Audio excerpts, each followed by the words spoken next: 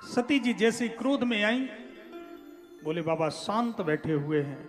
सती जी चल दी और सती जी चल करके सीधे पहुंची हैं यज्ञशाला में।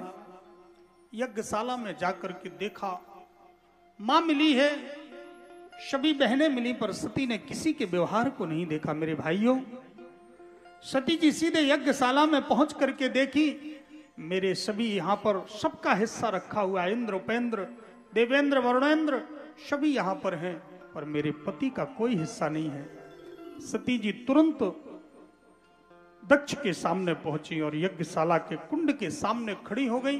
अरे दक्ष, नाम मात्र के पिता, तूने भगवान शिव का अपमान किया है, मैं कभी सहन नहीं कर सकती हूं। मैं शिव की थी, शिव की हूं और शिव की ही रहूंगी, कभी सवेतर की नहीं हो सकती हूं।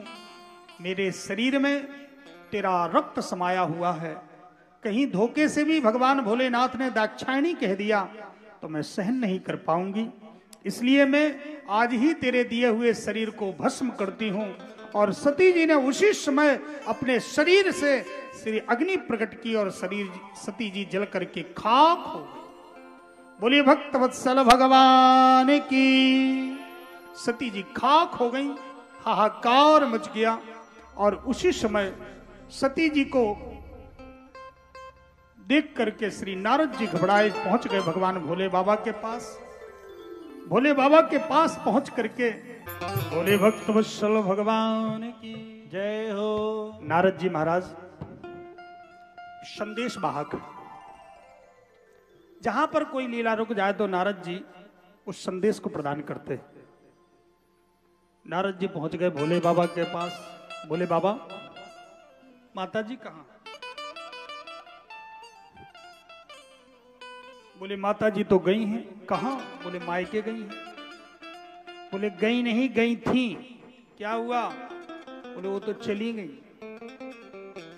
अब भगवान भोलेनाथ ने पूछा, क्या किया दक्ष ने? स्वागत नहीं किया? बोले स्वागत नहीं, अपमान किया, और अपमान से अपमानित होकर के सती जी अपने प्राण को त्याग दिया।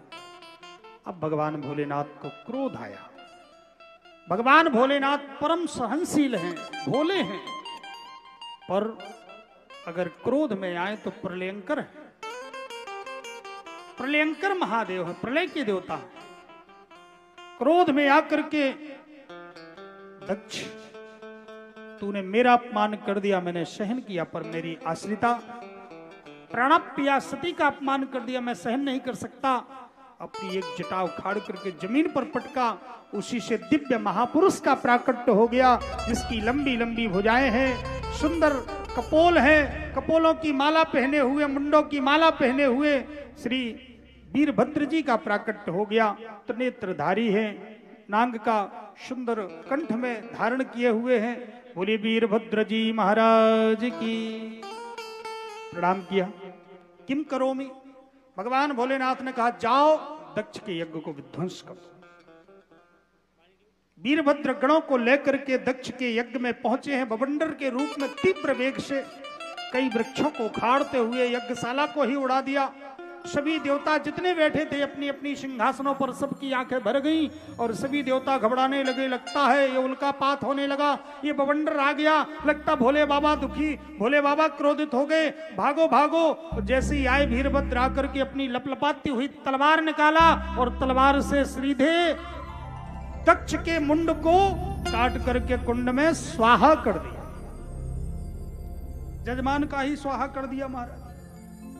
अब जितने यहां पर श्री पंडित जी लगे थे स्वाहा करवाने के लिए बोल रहे थे, भृगु जी महाराज की दाढ़ी पकड़ी, मारा झटका, हाथ में दाढ़ी आ गई। बोलिए भक्त वत्सल भगवान की। और जैसे पूषा थे महाराज, पूषा को मारा मुक्का, और उसी समय पूषा भी पत्ती सी बाहर आ गई। सभी देवता भागने लगे। नंदी से कहा वीरभद्र ने, पकड़ लो, कोई भागने ना पाए। और जैसे ही जो देवता भागते, नंदी पकड़ करके लाते। महाराज रुको, अभी हमारे महाराज कह रहे हैं कि यज्ञ में आए हैं तो बगैर दक्षिणा के नहीं जाना चाहिए, दक्षिणा लेकर के ही जाइए। सभी देवताओं को पकड़ के लाते वीरभद्र के पास, और वीरभद्र पकड़ते मारते मुक्का, किसी की टांग तोड़ते, किसी की कमर तोड़ते, किसी की गर्दन तोड़ते, किसी का सिर फोड़ते। सभी देवता अंग भंग। बोले आए हो शंकर जी के यज्ञ की अपमान में, लो प्रसाद, खाओ मालपुआ। और सभी क्रोध में आकर के वीरभद्र ने सभी देवताओं का अंग भंग किया है। सभी देवता दुखी होकर के भगवान ब्रह्मा जी के पास गए हैं। त्राहि माम त्राहि माम। ब्रह्मा जी ने कहा मैं कुछ नहीं कर सकता हूं, चलो भोले बाबा के पास। समस्त देवता भोले बाबा के पास उपस्थित हुए हैं। कैलाश पर्वत का बड़ा सुंदर दृश्य है। धवल छटा छाई हुई है कैलाश पर्वत पर। शीतल मंद सुगंध समीर का प्रवाह है। सुंदर मंदाकिनी का कलकल करता हुआ कलरव है। सुंदर चिड़ियों की चहकती हुई सुंदर मनोरम दृश्य है। 100 योजन का वट वृक्ष है। उस वट वृक्ष के नीचे भगवान भोलेनाथ मृगचर्म के ऊपर विराजमान होकर के योग दंड पर हाथ रखे हुए रुद्राक्ष की माला से जपते हुए स्मरण करते हुए समाधिस्थ अपने प्रभु के ध्यान में। उसी समय समस्त देवता उपस्थित होकर के भगवान भोलेनाथ की दिव्य स्तुति करते हैं।